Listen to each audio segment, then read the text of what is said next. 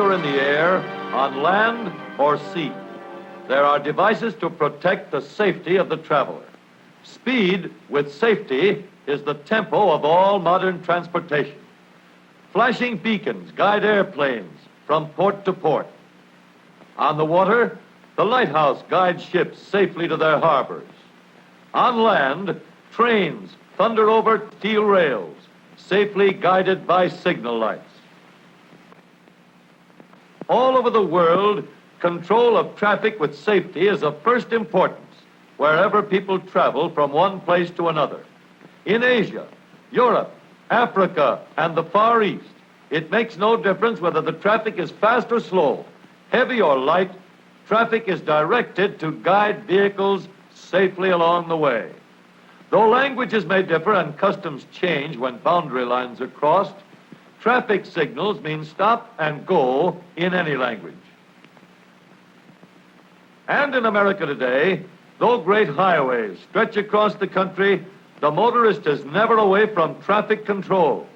Sooner or later, he comes to a city with its crowded streets, where traffic police are the finest in the world, and traffic moves under positive, safe control. Streets in the United States are crowded with fast-moving automobiles, and in practically every city and town today, the motorist finds traffic lights to aid him on his way. Pedestrians and drivers alike owe the automatic traffic signal a vote of thanks. When they use it well and treat it right, they are saving time and making it possible for everybody to get on faster and move along in traffic with less wear and tear. With safety first and always in their minds, the traffic bureaus throughout the country everywhere have given motorists the guidance of signal lights to tell them when to stop and tell them when to go in safety. There are many types of signal lights used in traffic control today. Some towns use lights with only 2 colors, while other towns use 3 colors, and still others have traffic control built around a 4-color system. In some cities, the lights are so arranged that drivers must stop on the amber light. In other towns, drivers may go on amber and green. In still other communities, the amber light alone appears on both sides at the same time. Some cities have lights which are augmented by semaphores, while in other cities, the lights look like little houses hanging from wires. Even now, traffic engineers are working with safety councils toward a national standardization of the traffic signal system.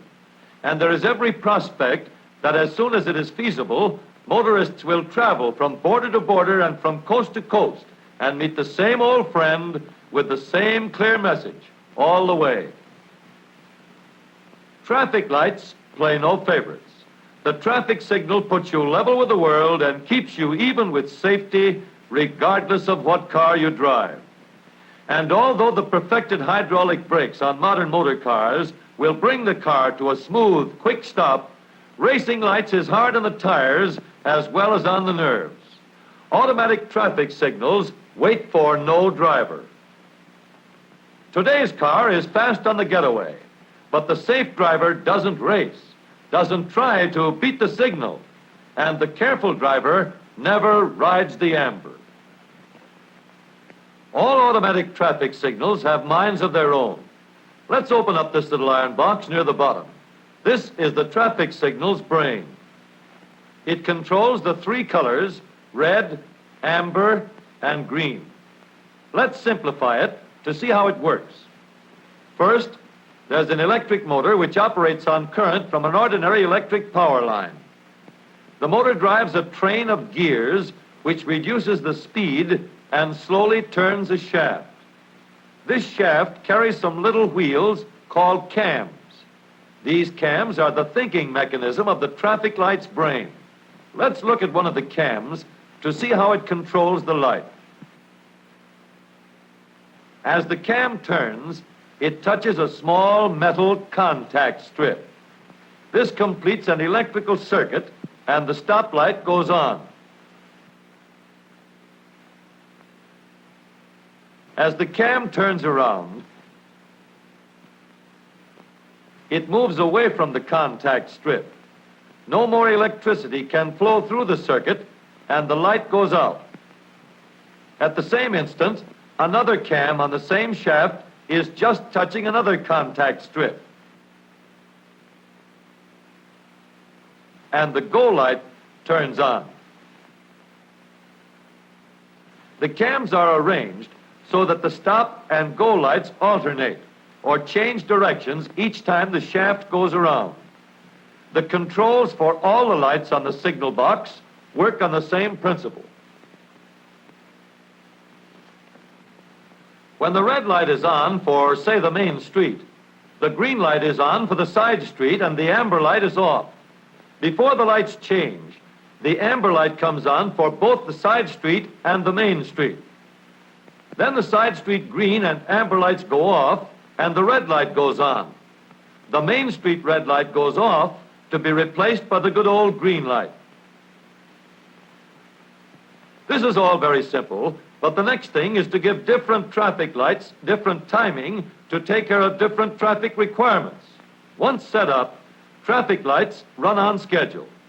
These schedules are the result of careful planning by experts who study traffic conditions at the location of each signal light.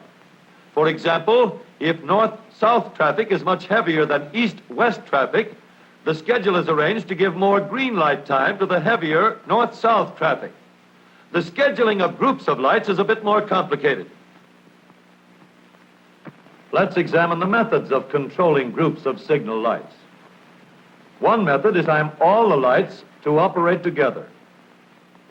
First, all north-south cars move while east-west traffic halts in the entire section. Then, as the lights change, east-west traffic is given right of way.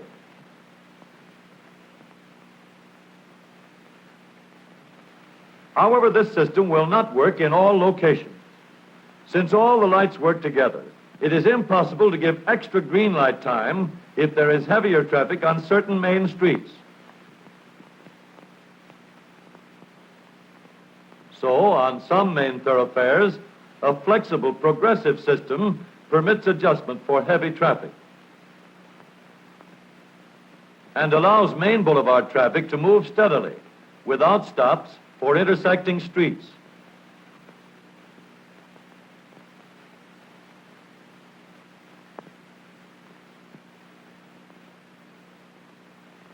In order to get the greatest advantage from the lights, the driver must time his speed to the schedule of the lights. The driver who tries to go too fast has to stop at each intersection to wait for the light to change. The green lights won't hurry for anyone.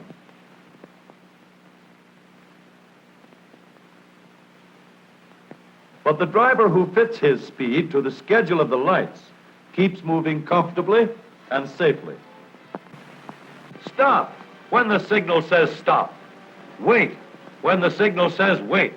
And go only when the signal says go. The safest way to drive and the best way to make time is to gear your driving in with the lights, seeing green all the way.